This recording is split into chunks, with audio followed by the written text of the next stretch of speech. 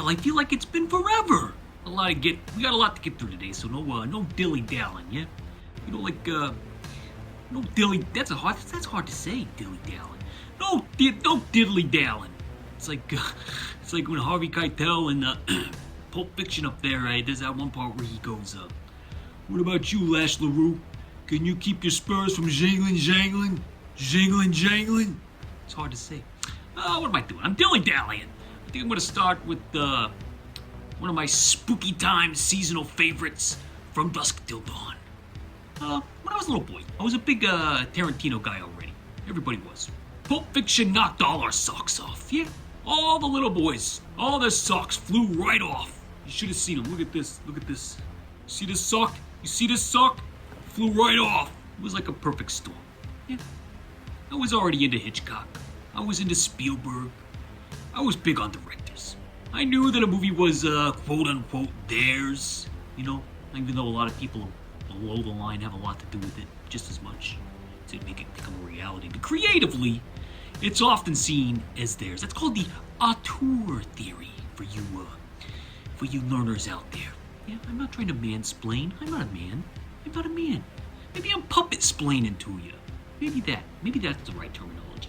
Either way, that sounds negative and it has a negative connotation, but that's not what I'm trying to do.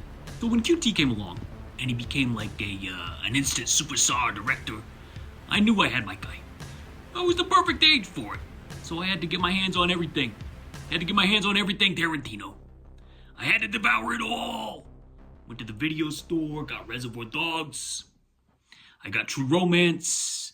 I got screenplays. I got soundtracks. I got posters. Everything. But then a funny thing happened. Yeah. He started doing some weird things. Like he directed a portion of an anthology movie, 4 Rooms, which I passed on seeing in theaters, but I did buy the screenplay for. And he did stuff like acting. He did a lot of acting, like in Destiny Turns on the Radio. Remember that one? I never even saw that one. And he did a cameo in Desperado, which is actually pretty funny. That involves Robert Rodriguez, who's going to come into play in this From Dusk Till Dawn. But it's not directing. It's not directing. It's not crap, but it's not directing. So I wasn't even looking in that direction for him. I think he did some TVs like All American Girl, and I think he hosted SNL, which I think is considered one of the worst episodes of the '90s. I remember watching it, but I don't remember thinking it was that bad. But I guess if you watch it now, it's pretty cringy. That's what the kids like to say. Cringe. It's cringe. So then I saw From Dusk Till Dawn comes out. And, I'm a big reader of Entertainment Weekly at that time, like everybody was. That's where I first saw the first image of Pulp Fiction in their fall movie preview. I saw the John Travolta and Sam Jackson in the black suits and the ties and they're holding the guns. And they just look cool as hell. And I was like, I gotta see this. What is this? John Travolta looks cool. I thought he was that guy in the Talking Baby movies.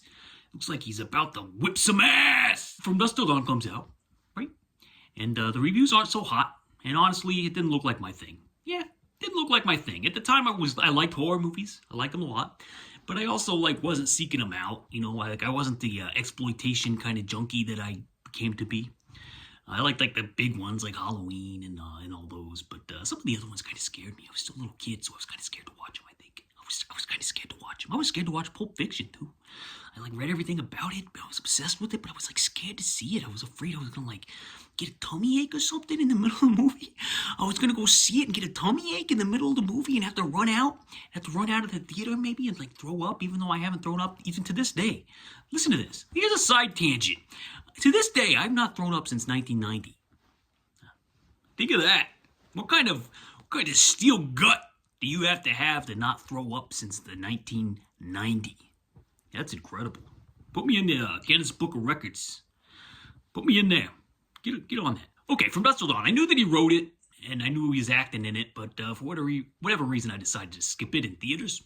which I now kick myself for because I think I would have had a blast at the cinema. I really do. Hey, long story short, or long story even longer, as they say, I rented this bad boy. Me and my twin brother Jason, we rented this bad boy on VHS when it came out, and we fired it up and loved it. Loved it instantly. What's not to love? It starts out as like a wild road caper movie with these two murderous robbers, and they have to get across the border, so they kidnap a family that's headed by Harvey Keitel in one of his best roles. He's like a preacher, and he's like Otto Rick. You know, he's got like a soft Southern voice to him. I didn't make a statement. I asked a question. Are you such a loser that you can't tell when you've already won? So anyway, they get across the border after some shenanigans, and they get to this gentleman's establishment. I'm not even sure if I can say the name on YouTube, but I'm gonna try, okay? Here we go. Titty Twister. The Titty Twister. It's got this big sign. It's got this lady with the, with the thing. You know what I'm talking about. It's got a hand, and it's doing a little twisty motion. I mean, it's crass. We're not gonna lie, it's crass, but it's enjoyably, laughably crass, on purpose. Like, they're doing the exploitation thing.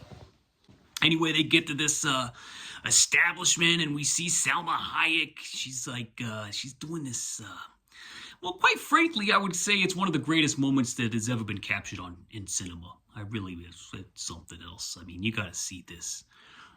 I watched it about 100 times, I think, and so at one point I started paying attention to what everybody was like doing. Like, you could see Juliette Lewis over there looking really uncomfortable when it happens, and everybody else has got like their jaws up.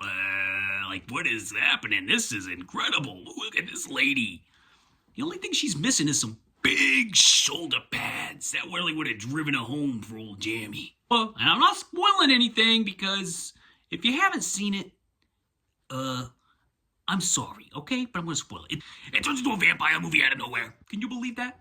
This is like switches on a dime. Like, there's no hint, almost. Unless you know what you're looking for, there's absolutely zero hints of the second half of this movie in the first half of the movie. And I love that. I love that. That is a subversion of cinematic screenplay formula. You're supposed to like hint at everything, and like things can't come out of nowhere, otherwise you're breaking the rules. Some guy who's scratching a cat made in some hotel room at 3 o'clock in the morning when he's trying to sell some screenplay books. But nah, this one's like, screw that. We're going full vampire movie. And it never lets up until at the end. At that point, it just switches into a vampire movie. And it's funny. Like, I remember when it came out, like, when people would talk about it, they would talk about how, like, it was a bad thing that it just turns into a vampire movie out of nowhere. Like, that was a negative? I was like, what are you talking about? That's the best thing about this movie. That's what I love about this movie, is that it turns into a vampire movie out of nowhere. And to this day, that's what I love about this movie. So I don't know what their problem is. I love that about it. But now I see it mentioned as a much more positive light. And I can see that this movie carried a big influence on, like, Sinners. That came out this year. That's a good one. It's very much influenced by From Dusk Till Dawn, like, structurally and whatnot. It's a little more than a little inspired, I would say. And that's not a bad thing either. I love when you can spot the influences on the sleeves, which you can do in this movie too. Yeah, a lot of Dawn of the Dead style influence. You even got Tom Savini in there. It's so good. In a perfect world, I think we would be recognizing this is Harvey Keitel's best performance. Yeah. As Jacob, the holy man who lost his faith, and he's traveling across the country with his family, and he brings humanity and an empathy to the picture that the Gecko brothers severely lack. Yeah, like those Gecko brothers. I think only Tarantino can get away with making such murderous characters be the center of a movie and still have it be so entertaining. Because these guys are deplorable, especially the Tarantino one, Richie, the sex offender, and even QT's good. For some reason he's good at playing a sex offender. Maybe I should be worried that he's so good at it, but he's got like that soft voice, like, why don't you come over and sit on the bed with me? It's like this creepy like. And people think he's bad in movies, but I think this is his best performance. Yeah, I think he's got good chemistry with George Clooney as well, who's always doing like these He's always doing these ticks. I don't know if he does this in other movies, but in this one you can really kind of tell he's got this he does this like twitchy thing. Whenever like Richie pisses him off, or even just, and then he's kind of got like a shaky. I don't know. And I think these were all choices for the character, but I'm gonna have to pay attention to him next time I watch him in a movie. Either way, he's great. The Gecko Brothers. Richie just loves to lie to Seth. He loves to lie to Seth, and Seth buys it every time because it's his brother. You know, family is blood. No matter how much you don't want to get along with them, you still always end up believing them or taking them in or buying this shit or saying that you're buying this shit because they're family, and that's what families do. Got this cast of characters surrounding the Geckos and Jacob. You got Sex Machine, played by the aforementioned Tom Savini. Always a welcome sight. Fred Williamson being a badass Vietnam veteran. Cheech Marin playing like 17 different roles, and he's funny in every single one of them. One of them is a classic. The guy outside the Titty Twister. Titty Twister. Can I say that? Am I allowed to say that? I don't know. But I'm going to say it anyway. And, it's just, oh yeah, you got Danny Trejo with this steroided out and the traps. My God. And he's like, at one point, he's like, lowly dog. He's so good. This is one of his best roles, too, Danny Trejo. An early one, too. I think he did Heat before this and maybe a couple other things. But looking real jacked, baby. Looking real jacked. You got strippers. You just got like just aesthetics all around, you know. Got grain. Classic trapped in a set piece vampire movie, you know. It's a mix of awesome practical effects and the kind of new CGI effects, so they're kind of mixed together. And honestly, they've aged charmingly. I would say they're not great, but it works. You know, it just kind of brings you to another time, which is why, you know, I see. I'm going a little sideways here, but you know, AI. I know I mentioned this a lot, but AI gets a lot of shit, and I can see why. Obviously, I think it's very dangerous, and I think a lot of old people. You know, people who aren't working with so much up here anymore, I think that maybe they're gonna fall for these videos, and it's gonna be hard to tell what's what, and it's a convenient excuse for the guy up top to say that's fake, AI, fake, and all that. Trust me, I get it.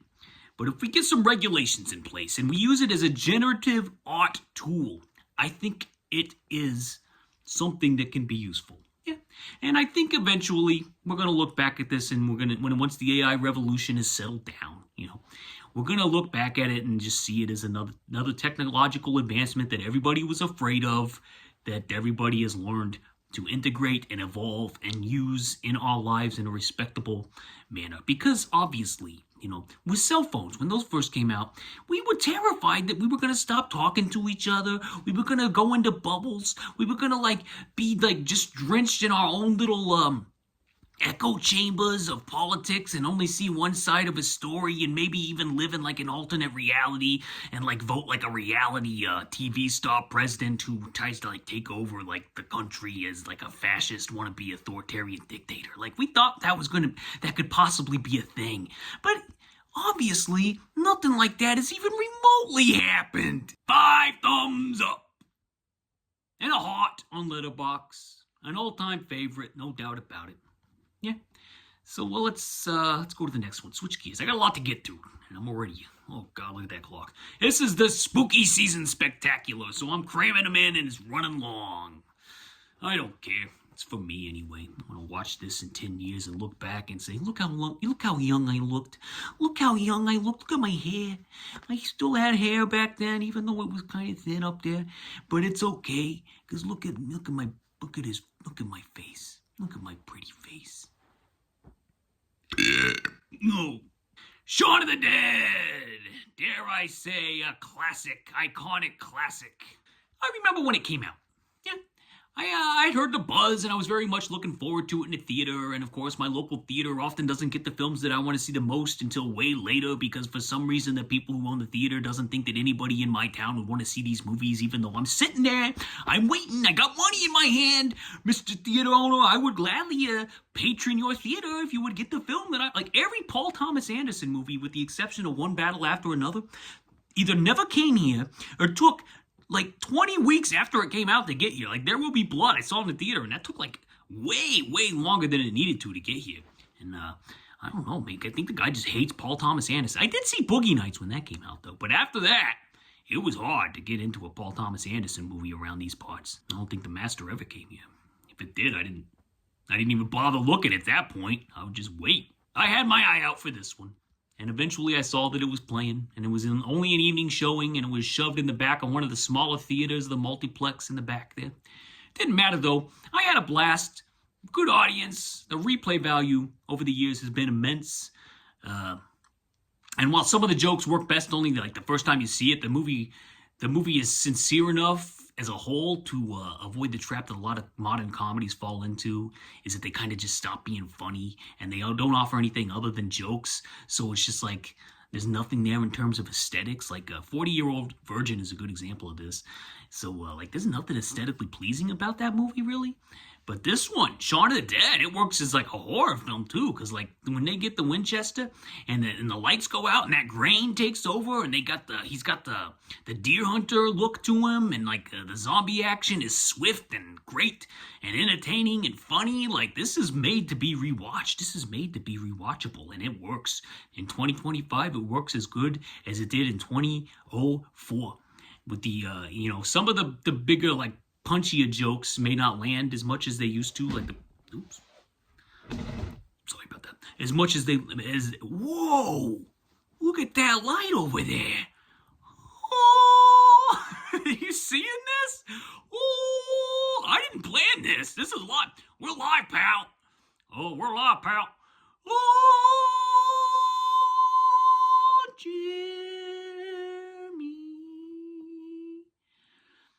imagine there's no heaven. I don't know what I'm doing. Should I move it over? I'm getting washed out. I don't know. I'm going to keep going with it, though. Okay, maybe not. I'm kidding. I'm going to change angles here. Hold on, everybody. I'm going to shut the blinds. Give me 1 second here.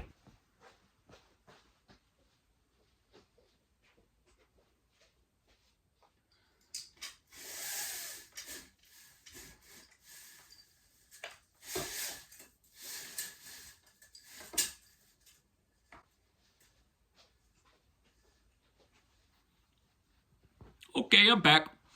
We got that taken care of. Where was I? So yeah, comedies are like modern comedies are one of my least favorite genres to revisit, but not this one though. Classic comedies are a different story.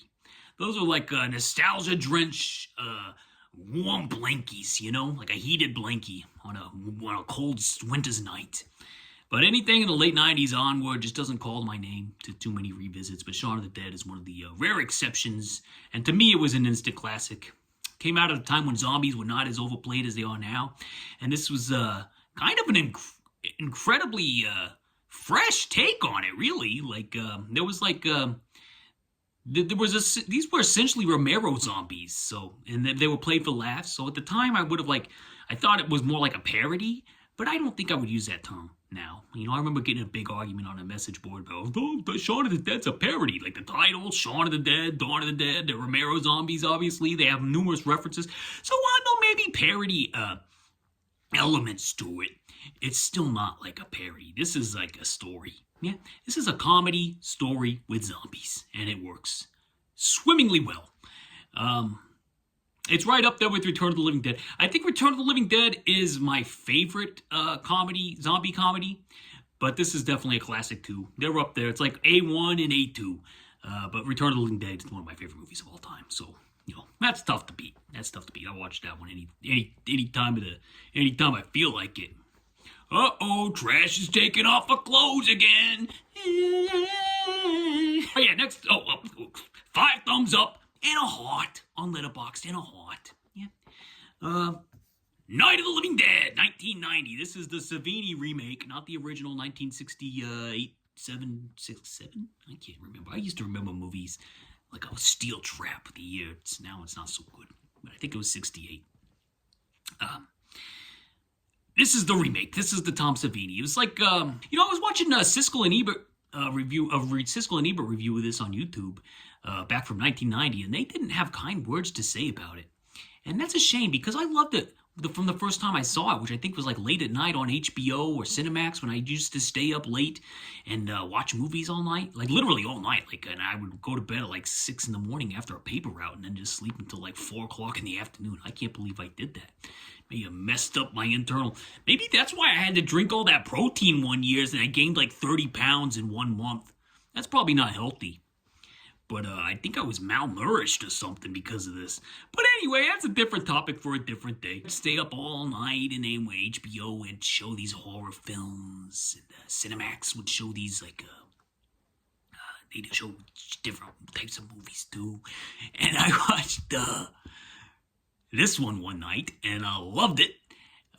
It's just got this cozy autumnal feel to it, and the story is classic, and it's just fast-paced, and it's a joy to watch. I love the transformation of Barb, Patricia Tallman, who I think is very good in this. I like her in Night Riders also. She's not like traditionally beautiful, but I think she's easy on the eyes. And I don't know, maybe we go out for a cup of coffee, maybe have a little. Oh yeah, I like the. Ben, Tony Todd, I've always loved. He's Candyman a couple of years later, if you remember. He passed away, I think, earlier this year or last year. Miss you, Tony Todd. Miss you every day. And I like watching him because he, cries every time he tells a story, even though it's not really worth crying over, but he's always, on the verge of tears in this movie. It's kind of weird, but it works for the character. And you got the unintentional comedy of Harry Cooper, played by Tom Towles. You bunch of yo-yos! Lame brains! But my favorite one is when Ben attacks him when he's trying to carry a TV up the steps, and he's like, "You can't get any reception in the basement, dickhead!" I hope the neighbors didn't hear that one. That was loud. Oh, well. Who cares? Maybe they think I'm doing, some community theater down here or something. What was I talking about? Such a blast. The only thing that's lacking is gore, which I hear there's a restored, extended 4K director's cut out there. I gotta get my hands on that. I want to see this puppy with some exploding zombie heads and some cannibalistic zombie scenes with shoving the guts in their mouth with the blood. Oh my god. And I'm not a gore hound either, but just something about zombie movies and zombies tearing into people really makes for some cozy viewing for me. I don't know. It's hard to explain. So anyway, these Siskel and Ebert, they snub their noses at horror, and it's just unfortunate that they couldn't see that there's a true artistry that goes into these things. And, these movies are like theme park rides, really. It's for kids, but, adults like kids things now, too, so it's okay. It's like roller coasters designed to give you thrills, and they're designed to put you in vicariously in someone else's shoes in the safety of your home, in your own home. So you feel the horror and the scares, but you don't get the danger. So it's like a roller coaster, It makes you feel better about life, too, It's like, I guess things aren't so bad. There's not a guy out there trying to cut out my tongue, Horror can be cathartic, can be therapeutic. And it can be cozy, especially the old ones. Yeah. Okay. 4 stars and a heart. The People Under the Stairs. Woo! It never ends, does it? Never ends. We're going to keep going, though. The People Under the Stairs, 1991. I had never realized that this was a direct commentary on the Reagan administration until I was reading up on the Wikipedia page after this viewing, and I was like, oh, yeah, I see it. I think the systemic racism thing, I was there on the surface the whole time. I think I even got that when I was like a little boy. But tying it to Reagan and the drawbacks of capitalism, I think I may have missed that one. For instance, did you know that Ronnie and Nancy used to call each other Mommy and Daddy? Which is exactly what the two, Everett McGill and the other lady from Twin Peaks, they're both in Twin Peaks, by the way, as a couple in Twin Peaks, and they're a brother and sister in this one. Weird brother and sister, I might add. He's got the gimp suit, Can I say that word? Is that allowed? Well, I think I could say that. It's in Pulp Fiction. But, he's got the gimp suit. He's got leather. Speaking of gimps, I'm sorry, that might be one of those words. I don't know if I can say that. Ving Rhames, who was in Pulp Fiction, notoriously with the Bruce Willis story. Marcellus with the guy in the suit, Russell's old room, which, by the way, I was playing around with some generative art tools, and I came up with an idea for a movie called Russell's Room. And there's the poster for it. What do you think? Oh, you're frowning? You're frowning? You don't like that? Because I used some tools that you don't like? Well, tough titty twister. Anyway, let's see. What was I talking about? Reagan and Nancy, mommy and daddy. Love the story and the vibe. The 90s horror isn't my favorite decade for horror, but this one definitely stands out as one of the top ones. And I watch it regularly, look like every couple years. And it's, I think it's Craven's best 90s horror besides New Nightmare. And Scream is always the one that gets all the love. That's that script. It's that Kevin Williamson script, which was great at the time. And I like those Scream reboots, by the way. But the original Scream is good. But I think People Under the Stairs and Nightmare on Elm Street are more my bag. Because, Scream aesthetically it's kind of lacking aesthetically. Just throwing that out there. But this one's got the goods. It's got the goods. Very, very good watch. People Under the Stairs. Highly recommended. Give that one 4 stars and a thumb up. Wait, 4 thumbs and a heart is what I meant to say. Yeah. Okay. And finally, Dawn of the Dead 04. This is when I learned a valuable lesson about remakes. Yeah. When I first heard that they were remaking Dawn of the Dead, which had already been one of my favorite movies by that point, I used to carry the script around in high school one time. I was reading it because I had the whole script, like a Xerox copy of the actual script that George Romero wrote, and I was reading it like a book. And a girl, and I think it was a shop class of some sort, she's like, "Did you write that?" And I should have said I did, just to be impressive. But I was like, "No, this is for Dawn of the Dead. This is for a movie that already exists." But that's how much of a nerd I was. I'd carry around screenplays in high school, just big, giant screenplays, and I'd read them in class because I didn't care about learning. What was wrong with me? I don't even know what was wrong with me. Maybe it was middle school. I don't remember.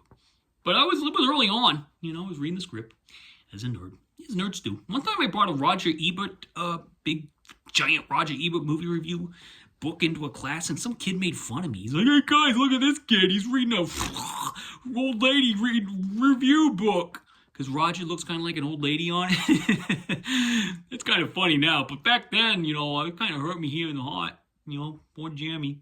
Always getting picked on because he likes to be quiet in class and read his little movie books and remember all the Oscar trivia that people would stand around and they'd ask me the Oscar trivia like I was some sort of circus clown because, I guess I got one of those brains. One of those brains that just a little off, maybe probably on the spectrum or something. I don't know. But anyway, I was, what was I talking about? Oh yeah, Dawn of the Dead 04. When I heard it was a remake, I was so mad. I was like, "You can't touch this movie, blah, blah, blah. It's going to suck." And then I would hear news about, a guy, one of the characters works at Best Buy. Oh, God, this is terrible, terrible. And then I went to see it in the theater because I thought the trailer made it look kind of okay. And I was like, all right, okay. Guess I'll give it a shot. Me and Jason both went over to the old theater that I think is an Amazon facility now. But we went over there and... guess what? Hooked us right away. That opening sequence is one of the best horror. I think Tarantino said it was one of the best openings to a horror movie in ever. And man, it's good. This is a great movie. It's different from the original, but that's okay. It feels so different that you don't even compare the two in your mind when you're watching them. It just feels like a whole new thing. It's inspired by Dawn of the Dead 78 instead of being a remake of it. Which is fine, I guess. I mean, they're going to use the IP, I guess. You might as well use it and make it new, which is what they did. So, gone to, the consumerism commentary and whatnot. But that's okay, because that's Romero's thing. That's not Zack Snyder's thing. You know what Zack Snyder's thing is? Teenage boy fantasy land. That's Zack Snyder's thing. And yeah, this was... a valuable lesson was learned. So to this day, I bring it with me. I'm like, oh, remember how much you hated the idea of a Dawn of the Dead remake, and they surprised you. So I always try to keep an open mind on things like that. Everybody likes, "Oh, Hollywood can't come up with any new ideas." That's always been the story. Come on, what are we talking about? It's consumerism, and there's artists that work in it, but their goal is to primarily make money, and you got to remember that. It sucks. But there's enough for everybody. It's like a giant circus, It's like a giant circus. If you don't like the clowns, maybe you'll like the giraffes. Yeah, you'll like the giraffes. And this one's a giraffe. It's a good one.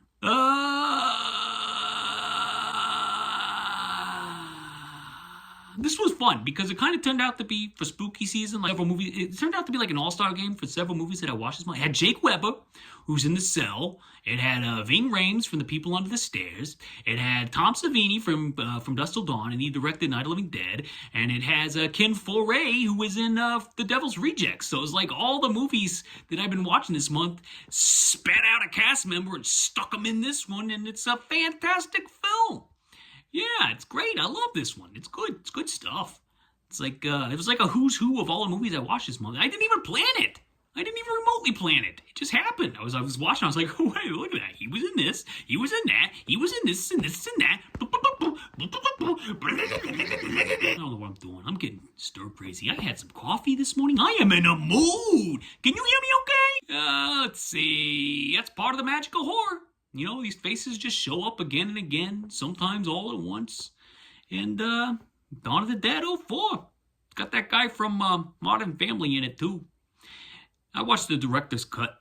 It's got some, I love, like, I don't know if it's just because of the prints or whatever, but in the director's cut, there's like some grindhouse-looking sequences with the scratches, and it's like, yeah, this was good. This movie looks great. I think that's a big part of why it works. It's got the grain, you know, shot on film. It just looks fantastic. The effects are fantastic.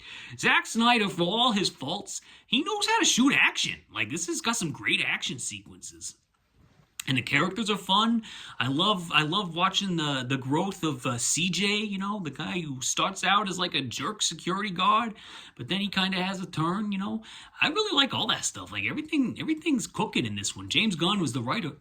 And we know how he handles those Guardian movies, and I think his Superman's supposed to be decent. I still got to check that out probably next month. But yeah, I highly recommend it. It still works. 5 thumbs up and a heart for the Dawn of the Dead remake. Yeah. And again, with my scale, I'm not saying it's as good as The Godfather Part 2. I'm saying, compared to other horror movies, it's top of the line. That's all it means. That's all it means. Don't be so precious with your stars. 5 thumbs up. And that does it. My goodness. Whew. I think I still got 2 or 3 horror movies to watch. And then we'll be done. So if you enjoyed this, give it a like and a thumbs up and a subscribe. I noticed one subscriber dropped off. I think that maybe he doesn't like my AI generative art experiments that I've been posting lately. Well, tough titty twister. You know, tough titty twister. That's life. You don't like it? Unsubscribe. Let's get that number down to 0. Let's get it down to 0. Let's see it happen. Bye. Bye. See you old-fashioned subscribers who don't watch to the end. I don't care. It's just for me. This is for Jeremy. And guess what? Jeremy's spoken. Godspeed, peace, and love. The melancholy's gonna set in on November 1st when spooky month is over and everybody loses their SNAP benefits. Stay safe out there.